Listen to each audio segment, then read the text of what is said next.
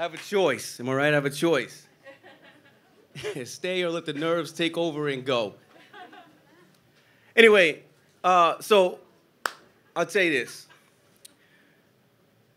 Improvisation is the best conversation you can have with your environment and yourself because it teaches you that wherever you end up is exactly where you're supposed to be. In 1991, the Village Voice came out with an article that was called Physical Graffiti, and it was about to set up the world for something known as a phenomenon that traveled the world. It's called breakdancing, hip-hop culture. 2 years after that, New York City Breakers appeared on Soul Train, and I got a chance to see what this phenomenon was all about. So I immersed myself in this dance. I practiced, hung out with some of the older guys, watched them, did my thing. At one point, if you were caught breaking, you were expelled. So we had to hide. But I kept practicing. A couple years later, the dance was completely gone. Kept practicing. Rap showed up in my life. Chased the record deals. Started writing rhymes. But the dance showed up again. So I got deeper and deeper into it, traveled the world with a company called Rennie Harris Pure Movement. At 30-something years old, I was strong, I was cocky, I was arrogant, nobody could stop me. But a spine injury with an infection in my C5 and C6 disc space caused my vertebrae to swell, squeeze my spinal cord. I was temporarily paralyzed, lost my left side. I don't drink, don't smoke still, and I was on lorazepam, Oxycontin, oxycodone, Medrol-dose, vancomycin, Bactrim, plugged into a drip bag twice a day for 12 weeks. I was gone. I lost my mind. I didn't know what to do.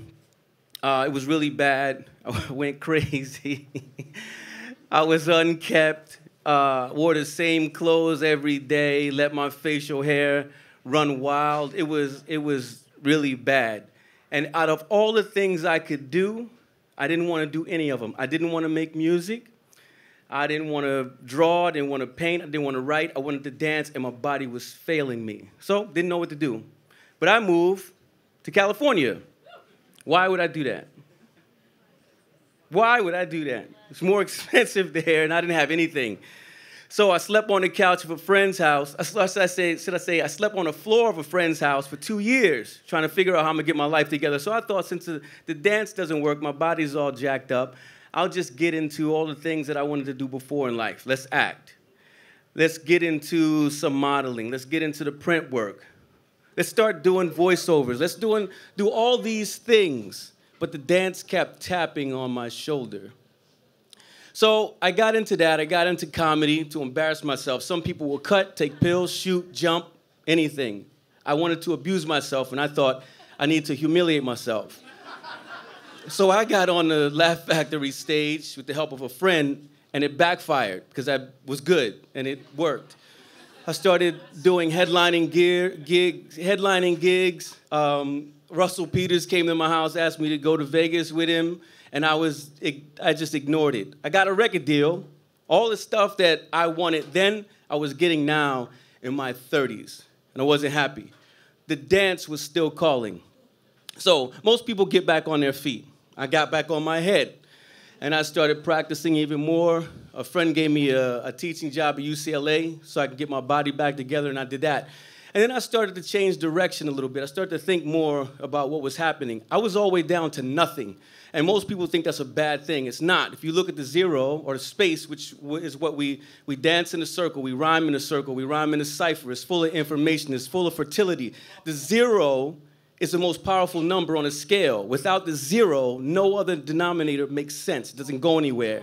So I started to think about that. Let's go back to this emptiness that I had and what got me into it in the first place, and I drew from that. My perspective changed. I started incorporating all of the things that I was interested in creating. I got a Guggenheim, I got a Pew Fellowship, I got a USA Artist Fellowship, and people started talking about my work. So everything began to go in a direction of talking about the maturity of an art form that is associated with the youth, which is a problem because it doesn't go anywhere. And we're always looked at as children. So the music reflects children. The dance reflects children. It's a problem. I'm an adult. I'm 48 years old. I tour the world. My performances are narratives based on maturity, sustainability, and the longevity of an art form that is associated with youth. So now I see everything as, since I'm on the full floor, I'm grounded. If you're grounded, the only place you can go from there is up.